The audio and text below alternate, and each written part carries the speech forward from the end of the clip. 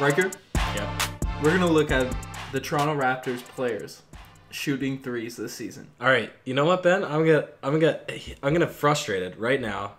Heated, hot take Riker. I'm gonna say we're not the Golden State Warriors. We have a system that works. Passing around the ball, attacking the lane. Well, who's our superstar player? DeMar DeRozan. He's not a three-point shooter. More. Yeah, but he doesn't make his shots. Threes. No, but listen, we don't need to be a three-point shooting team in Toronto order to have Raptors success. need to shoot more threes. No, we don't. You know what? It's just a joke when we have players like Jakob Poeltl and Jonas Valanciunas taking three-point attempts in games that are relatively close. They're good. They're hitting them. No, they're not consistently. Yo, JV, good three-point shooter. He doesn't force them. Shoots them when he's 5 for 17. Okay, all right. Let me break it down. All right, let's hear it. Have you seen our offense this season? Yes, every game.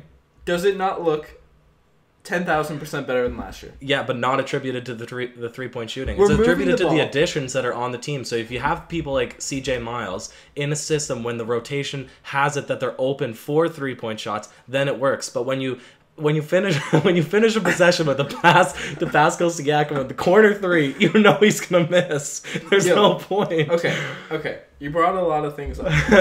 Okay? Yeah. The Toronto Raptors are moving the ball more. Yeah. And they're taking the three-point shot more. Yes. That's what happens when you swing the ball more. You get more open shots. You get get more players, who aren't necessarily three-point shooters, getting open looks. But Right? that doesn't mean they need to shoot them. Why? Because they can't make their shots. When players shoot the three, Mm-hmm. they have the Marcus Smart effect. Marcus Smart is known, right, for being just an awful three-point shooter, except when he plays the Raptors. Yep. But he takes it with so much confidence. People guard him out on the wing, right? Okay, People guard him out on the three-point line. Okay, that is fair. Right? That's fair. Why we have that much space. It's your argument. No. Because when DeMar DeRozan's shooting threes, right, there's more space on the floor, right? And he's gotten a lot better at it. Okay. Like, it's not an automatic miss. Pascal Siakam is a good shooter. No, he's not. He was in the D-League. He was in the Summer League. He was for a couple games at the beginning of the season. We have the stat pulled up. Thank you, Reddit users. He is the worst three-point shooter of all time in NBA history for players that have taken more than 2 three-pointers per game. He's sitting at 0.15% from the three-point line. The second worst player is 0.21. So he is astronomically worse than the second worst player of all time to ever shoot a three-point ball. And you want him shooting more threes because he did well in the D-League. Hey, listen, hear me out. Remember, did you watch Pascal Siakam last season? Yes. When he started those stretch of games? Yes. Right? He's probably getting the same amount of minutes as he does this year, even though he hasn't started this season. Right? Okay. People wouldn't guard Pascal. Wouldn't touch him. Just leave him completely open, right? He could still finish around the rim, but they just wouldn't guard him, right? Now that he's shooting, now that he's being like an active threat on the court, even though the shots aren't falling right now. No. Even though the shots aren't falling, he's being guarded. And that's why he's playable now. He's playable because of his energy, and it's his energy that is allowed. He had that last year. He didn't have as many minutes. No, but he started the first half of the season. And then what happened?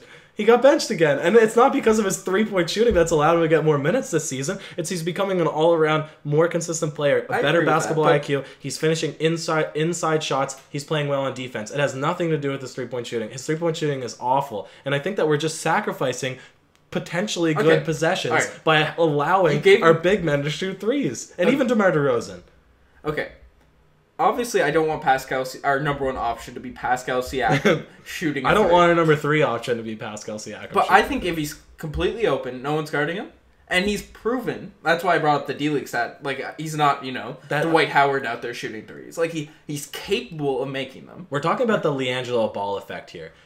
This is you talking about the Marcus Smart effect. The LiAngelo Ball effect is shoot as many threes as you possibly can until eventually you make 5 per game. No matter how many you have to take to make 5 per game, so that in your highlight mixtape you can show that you make 5 3-pointers per game. That's essentially what you want Siakam to do. You want him to just shoot until he makes a couple. No. I want him shooting when he's open, so he's a constant threat on the court. He's proven he's able to do that. And, Pascal Siakam is the worst example, even though I don't mind him shooting, right? But I want to see guys like Jonas. I want to see guys, maybe not Yak yet, but DeMar, just all of these players. Okay, but before the season, we were promised that Jonas Valanciunas was going to be more of a shooter from the perimeter. Okay, but what value do you actually see in Jonas Valanciunas shooting 3-pointers in a game? What value does it add to the Raptors team? Okay, so if you look at our offense last year, right, DeMar just wasn't a shooter, right? He hit the occasional corner three. Yeah. But, you know... No, I'm talking specifically about Jonas here, though. Okay, yeah, keep... All right, I'll let you get to it. Right? DeMar Carroll wasn't even guarded in the playoffs, right, from the three-point line, right? Yep. And Jonas wasn't a threat. Wasn't a threat from outside the line. Yes. He still isn't. What spacing? He had 3 straight games with a 3. With 1 3. Hey, that's all I need. He's no Boogie Cousins. What? DeMarcus Cousins. Comparing him to Boogie Cousins. Yeah, I'm just saying that DeMarcus Cousins can actually shoot threes consistently. Okay, not really. I mean, he can put up a 3 and make it. All right, continue with Jonas. Let's not get sidetracked. I think Jonas is equally as good of shooter as DeMarcus Cousins. Just DeMarcus Cousins take too many. I choked on Takes that statement. too many. All right, continue. Like, I don't want... I'm not saying these guys should be LiAngelo Ball shooting 6, 12, however many threes a game. I'm just saying when they're open, they have to be a threat to space the floor. They have to be guarded in order to space the floor. We had 3 guys on our roster that couldn't shoot threes last year, who was in our starting lineup. We had 0 spacing in the playoffs.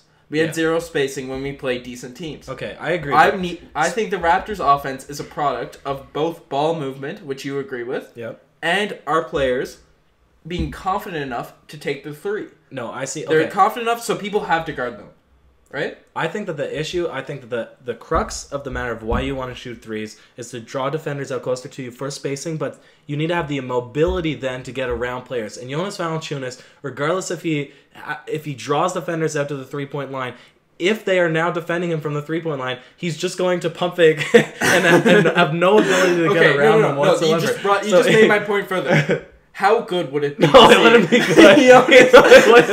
Jonas is pump fake from the 3-point line. Jonas just out there throwing 6 pump fakes on Andre Drummond. Andre Drummond jumping 6 times in a row trying to block Jonas's 3. Right? You know what? Okay. That's just for pure. I'm gonna go to the depths of the Raptors' darkness, of the dark ages, and talk about a man sponsored by Primo Pasta and Sauce who was a 3-point shooter. What good did he ever do for our team? Not a lot. Andrea Bargnani. Well, we don't want Jonas to be the next Andrea. Listen.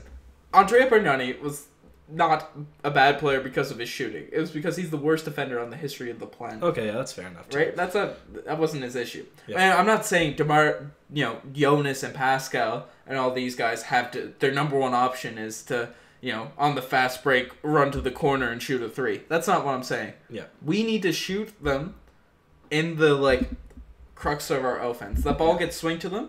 They got to have the confidence to let it fly. The confidence to shoot it. And to help with spacing. You know what? Okay, I think you've bested me in this debate here. I just think that, I agree with what you're saying. They need to have the confidence to shoot so that defenders are aware that if they're open, they can take and can make shots. So if they can't make them, you need to agree with me that they shouldn't take them at all. If they can't, confidence is irregardless if they can't actually convert their 3s, such as Pascal. So he needs to take more time in the practice room, because if he's only shooting 14%, they're like, go ahead and shoot the ball. Like, what the heck are you doing? I do agree Pascal needs to be better, but I think he will be. But I think the issue is then if players become confident to the extent that Serge Ibaka was confident at the beginning of the season shooting 3s, that they're going to rely on the 3-point shot and shoot it over driving and doing a mid-range jumper, right? Because we both agree that Serge Ibaka living under the 3-point line is one of the most disastrous things for the Raptors team. Well, players obviously need to get going in the paint, right? Obviously, CJ Miles